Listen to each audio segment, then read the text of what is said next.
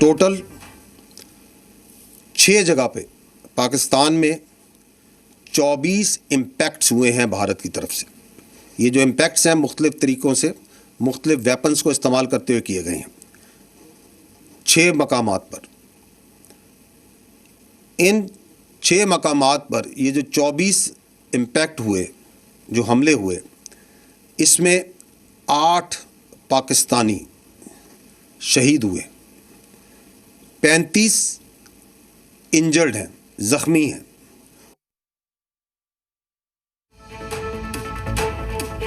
छब्बीस अटैक हुए हैं, अलग अलग वेपन का इस्तेमाल हुआ है। ये पाकिस्तानी आर्मी की तरफ से ये ऑफिशियल बयान। अब हम आपको ये अलग अलग तस्वीर हम आपको दिखा रहे हैं। ये देखिए जो पाकिस्तान में तबाही मची है, जो टेरर कैंपों को उड़ाया गया है, ये उसकी तस्वीर है। 9 अटैक हुआ है अलग अलग जगहों पर। ये वो जगह है जहां पर आतंकी कैंप चल रहे थे, जहां पर जैश लश्कर के ट्रेनिंग कैंप थे, उनके हेडक्वार्टर्स थे। जब वहां पर अटैक हुआ उसके बाद आप हड़कंप देखिए, वहां पर लोग भागने लगे। लोगों को पहले समझ में नहीं आया, उसके बाद एक के बाद एक जब धमाके हुए तब लोगों को समझ में आया। और उसके बाद मदरसों से, मस्जिदों से ऐलान होना शुरू हो गया कि यहां से तुरंत निकलिए।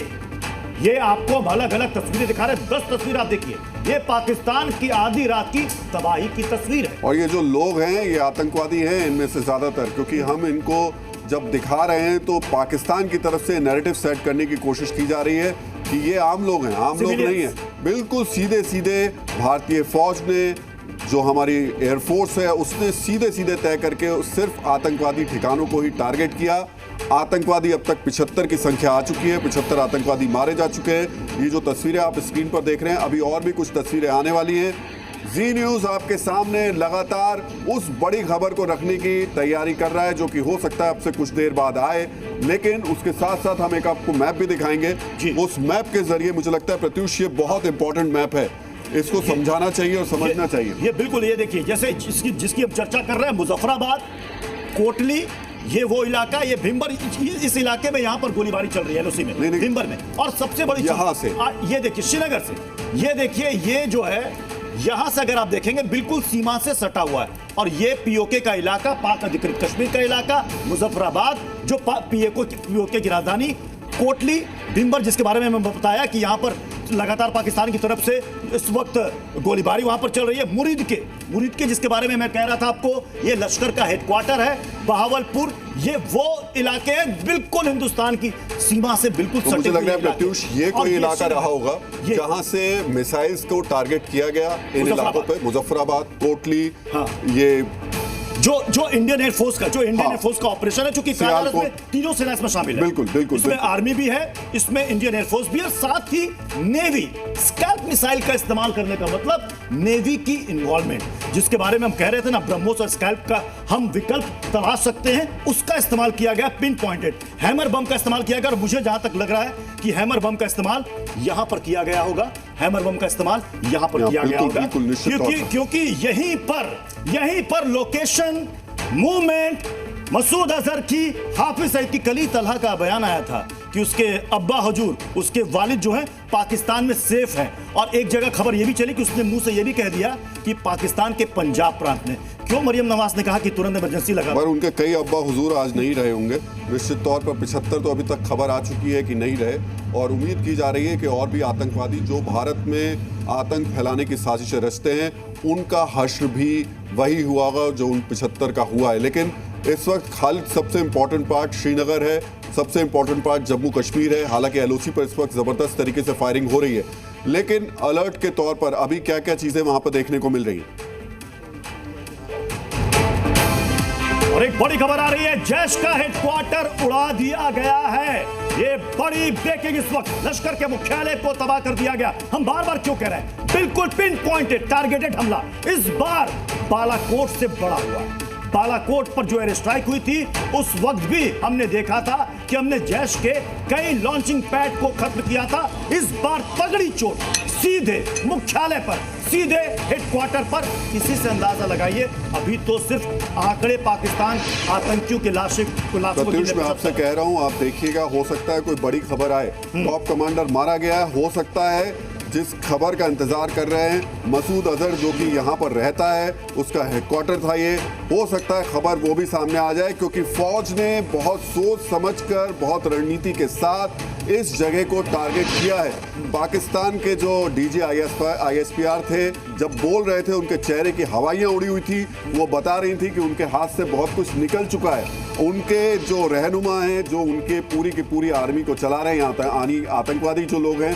वो कहीं ना कहीं बड़े टॉप कमांडर शायद इस हमले में मारे गए हैं। जो तस्वीरें, जो इस वक्त जो हालात थे, वो तो कम से कम यही बता रहे हैं। और फिलहाल पाकिस्तान के सामने विकल्प यही है कि वो इंटरनेशनल मीडिया के सामने सिवाय रोए, इसके अलावा वो कुछ कर भी नहीं सकता। सुबह से आप देखिएगा प्रेस कॉन्फ्रेंस शुरू हो जाएगी। अभी हमने दिखा दिया पाकिस्तान मुझे लगता है एक बार अनुवेश से बात की। अनुवेश भी हमारे साथ जुड़े हुए हैं। अनुवेश, ये बताइए कि इस वक्त हिंदुस्तान के अंदर, चूंकि प्रधानमंत्री नरेंद्र मोदी लगातार इसे मॉनिटर कर रहे हैं, NSA उनके साथ मौजूद है, उनके जितने भी टॉप कैबिनेट के मिनिस्टर्स हैं वो इनके साथ मौजूद हैं, क्या चल रहा है? जी, मैं आपको बताऊं सबसे पहले कि मिनिस्ट्री ऑफ डिफेंस के जो MOD की DGMO होते हैं, यानी कि डायरेक्टर जनरल मिलिट्री ऑपरेशंस, उस वॉर रूम में मौजूद हैं। उसी के साथ साथ प्रधानमंत्री नरेंद्र मोदी इस पूरी कार्यवाही को डायरेक्टली मॉनिटर कर रहे हैं। वहां पे NSA अजीत डोभाल के साथ साथ रक्षा मंत्री और तमाम आला अधिकारी यहाँ पे मौजूद हैं। इसी के साथ साथ मैं बता दूं कि भारतीय सेना को, भारतीय इंटेलिजेंस सर्विसेज को 42 ऐसे launch pads, terror launch pads के बारे में पूरी तरीके से मालूमात थी, यानी कि उनके कोऑर्डिनेट जो लॉन्गिट्यूड और लैटिट्यूड होते हैं वो तक मालूम था। इन 42 लॉन्च पैड्स में से इन 9 लॉन्च पैड्स को चुना गया जिसमें हाई वैल्यू टारगेट्स का होने का अंदेशा था या इंफॉर्मेशन थी। इसी वजह से इन 9 के 9 टेररिस्ट लॉन्च पैड को एक साथ कोऑर्डिनेटेड मिसाइल एयर स्ट्राइक के साथ इनको निस्तो नाबूद किए गए हैं। इसी में मैं आपको यह भी बताऊं कि यहां पे JEM और LAT के दोनों के हेडक्वार्टर जो पाकिस्तान के पंजाब रीजन में मौजूद हैं, इन दोनों को ध्वस्त कर दिया गया है। और इसी में कई बड़े हाई वैल्यू टारगेट्स के साथ साथ कई बड़े नाम शामिल होने की बात की जा रही है। हमारे पास जो इंफॉर्मेशन है, जल्द ही भारतीय सेना एक प्रेस कॉन्फ्रेंस करेगी, जिस प्रेस कॉन्फ्रेंस में वो तमाम डिटेल्स देगी कि कहां से इस ऑपरेशन को लॉन्च किया गया और तमाम जानकारी उसमें बताया जाएगा। लेकिन अभी मिल रही जानकारी के मुताबिक भारतीय सेना की आकाश एयर डिफेंस मिसाइल सिस्टम ने पाकिस्तान के एक JF-17 फाइटर जेट जो चाइना से पाकिस्तान ने लिया था उसको मार गिराया था। मैं आकाश एयर मिसाइल सिस्टम के बारे में अगर आपको बताऊं तो ये इतनी ताकतवर है कि इसका एरर मार्जिन 3% से भी कम है और इसकी मारक क्षमता काफी असरदार मानी जाती है। ये Pakistani fighter jet JF-17 Bharat की सीमा के अंदर घुसने की कोशिश कर रहा था, जिस वक्त Akash surface to air missile system ने इसको अपना निशाना बनाया और इसको मार गिराया। यहीं पे दिल्ली में मिनिस्ट्री ऑफ डिफेंस में तमाम आला अधिकारी और तमाम मिलिट्री ऑपरेशंस के डायरेक्टर के समेत तमाम NSA और बड़े उच्च अधिकारी यहाँ पे मौजूद हैं और तमाम चीजों को प्रधानमंत्री बिल्कुल अनुवेश आपके पास पहुंचेंगे, लेकिन प्रत्युष एक चीज बहुत महत्वपूर्ण है। जब भारत ये एयर स्ट्राइक कर रहा था, जब भारत मिसाइल से हमला कर रहा था, उस वक्त पाकिस्तान फौज के बड़े बड़े अफसर, पाकिस्तान के जितने भी नेता हैं, वो चैन की नींद सो रहे थे। और अब सुबह सुबह जब वो जागे हैं, ये जो 75 से ज्यादा आतंकवादी मारे गए हैं, उसके बाद उनका शोक संदेश भी आतंकवादियों को लेकर आ गया है। मैं आपको पढ़ के सुना देता हूं। पाकिस्तान के सूचना मंत्री अताउल्लाह तरार ने आतंकवादियों के मारे जाने पर एक शोक संदेश दिया है जो इस देश के सम्मान और गौरव को चुनौती देते हैं। ये लिखा है तरार ने, अब तैयार हो जाइए, ये देश अपने शहीदों के खून की एक एक बूंद के लिए दुश्मन से हिसाब लेगा। यानी जो आतंकवादी मारे गए हैं वो पाकिस्तान के लिए शहीद हैं और वो मानता भी है उनको अपने सैनिकों की तरह मानता है, इसलिए वो लिख रहा है शहीदों का हिसाब जरूर लेगा। पाकिस्तान की सशस्त्र सेनाएं लोगों की भावनाओं के अनुरूप ही करारा जवाब दे रही हैं। ये देख लिया है लोगों ने कि पाकिस्तान की सेना किस तरीके से काम कर रही है। 15 दिन से सिर्फ गीदड़ भपकियां देने के अलावा, जनरल मुनीर के गाने बजाने के वीडियोस के बॉर्डर पे खड़े होकर के दिखाने के अलावा वो कुछ नहीं कर पाए। सिर्फ इतना देख पाए कि कैसे 9 जगहों पर भारतीय सेना ने मिसाइलों के जरिए आतंकवादियों के हेडक्वार्टर्स को तबाह कर दिया। तो इस वक्त एक और बड़ी खबर आ रही है, बड़ी अपडेट इस वक्त सामने आ रही है। पाकिस्तान में जो स्ट्राइक हुई है, उत्तरी भारत के कई एयरपोर्ट को बंद कर दिया गया है। एहतियातन अगले आदेश तक एयरपोर्ट बंद रहेंगे। ये बड़ी अपडेट है। पाकिस्तान पर स्ट्राइक के बाद एहतियातन यह फैसला लिया गया है। श्रीनगर एयरपोर्ट हाई अलर्ट पर है, जो सीमाई इलाकों में जो एयरपोर्ट है उसे अलर्ट पर रखा गया है। उत्तरी भारत के एयरपोर्ट अगले आदेश तक बंद रहेंगे, यानी कि पाकिस्तान की तरफ से रिटेलिएशन हो सकता है। JF-17 हमने मार गिराया है, लेकिन एहतियातन सुरक्षात्मक ये भी कदम उठाने जरूरी है। आपने जो यहां पर एक बात कही राहुल जी, वो आपने कहा कि पाकिस्तान के सूचना मंत्री की तरफ से शोक संदेश, ये उनकी तरफ से पहले तो कहा गया विदेशी मीडिया को ले जाकर के कि हम तो आतंकी चलाते ही नहीं, ये आतंकी को शहीद कह रहे हैं, यानी एक्सेप्टेंस है, एक्सेप्टेंस दे रहे हैं वो। बिल्कुल बिल्कुल निश्चित तौर पर। लेकिन इस सब के बीच में भारत ने किस जबरदस्त तरीके से ये पूरा का पूरा ऑपरेशन किया, हमें इसको भी समझना चाहिए।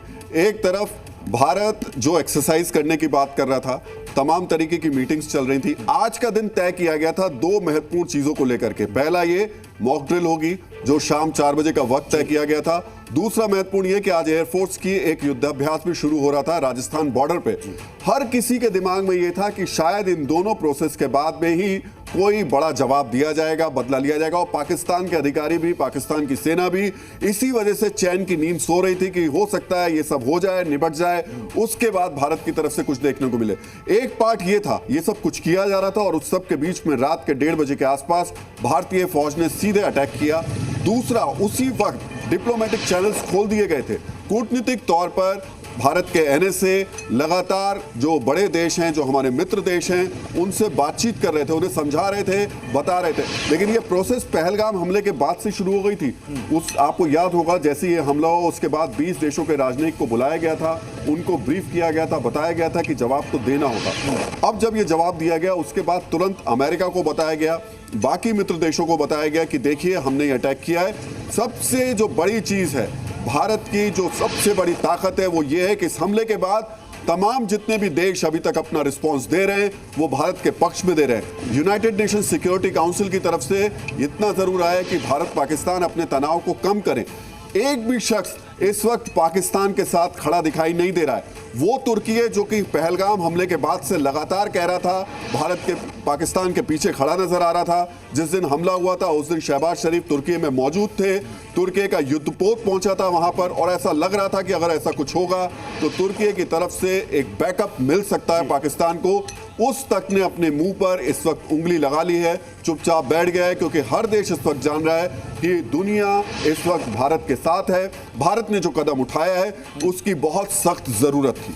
आतंकवाद के खिलाफ भारत के इस एक्शन के साथ पूरी दुनिया खड़ी है। और सबसे बड़ी बात कि अमेरिका की तरफ से भी ये कहा गया था कि हम खुलकर भारत के साथ हैं। जैसलमेर में देखिए एयर एक्सरसाइज हो रही है। आज जो एक एयर एक्सरसाइज होनी थी राजस्थान में वो पहले से तय थी, पहले से वक्त मुकर्रर था। और इस बीच रात को पाकिस्तान पर स्ट्राइक होती है और यहां पर इसे कहते हैं एयर पेट्रोलिंग। ये एयर पेट्रोलिंग इस इलाके में बढ़ा दी गई है। लड़ाकू विमान लगातार हवा में पेट्रोलिंग कर रहे हैं, यानी कि पाकिस्तान की तरफ से अगर जरा सा भी अगर भनक मिलता है कि वहां से कोई भी फाइटर प्लेन इस इलाके में दाखिल होने की कोशिश करेगा तो भारतीय वायु सीमा के भीतर घुसने से पहले ही उसे नेस्तनाबूद कर दिया जाएगा। JF-17 गिराया जा चुका है। इसमें एक बहुत इंटरेस्टिंग चीज आपको मैं बता रहा हूं। जो राजस्थान पर इस वक्त एक्सरसाइज आज हो रही है उसको लेकर के नोटम किया गया। लोगों के दिमाग में ये जहन में था और खासतौर से पाकिस्तान के जहन में भी कि बालाकोट स्ट्राइक से पहले भी इसी तरीके की एक एयर एक्सरसाइज हुई थी और उसके बाद में फिर ये स्ट्राइक की गई थी। पाकिस्तान को ये लग रहा था कि पहले एक्सरसाइज होगी उसके बाद फिर कुछ हमला हो सकता है। देखिए भारत ने इतनी सूझबूझ के साथ इस हमले को किया है कि सारा दिमाग पाकिस्तान का पिछली स्ट्राइक्स पे फोकस था कि अच्छा अब ये एक्सरसाइज हो रही है, जब ये कंप्लीट हो जाएगी जैसे बालाकोट में किया था उसके बाद हमला होगा। आज होनी थी, आज मॉक ड्रिल होनी थी, उससे पहले ही रात में हमला कर दिया गया और पाकिस्तान फौज को अब कुछ सूझ नहीं रहा है, सिर्फ बयान दे रही है और उसके अलावा कुछ नहीं कर पा रही। मैं इसके लिए एक शब्द का इस्तेमाल करूंगा, सरप्राइज। सरप्राइज दो बार, पहला सरप्राइज 2016 में मिला, उसका 2019 मिला। ये देखिए वॉर रूम में प्रधानमंत्री नरेंद्र मोदी लगातार इसे मॉनिटर कर रहे हैं, यानी कि जब पाकिस्तान के हुक्मरान, पाकिस्तान की सेना प्रमुख सो रहे होंगे, यहां पर हिंदुस्तान में प्रधानमंत्री जाकर सब कुछ मॉनिटर कर रहे थे। वॉर रूम में NSA उनके साथ मौजूद थे, रक्षा सचिव उनके साथ मौजूद थे और सब कुछ देख रहे थे कि क्या चल रहा है। तस्वीरें भी दिख रहे हैं। पिछली अगर दोनों स्ट्राइक की भी बात करें, प्राइम मिनिस्टर ने उन दोनों स्ट्राइक्स को भी इसी तरीके से लगातार ऑब्जर्व किया। ये तीसरी स्ट्राइक जब हुआ था हमला, प्रधानमंत्री ने कहा था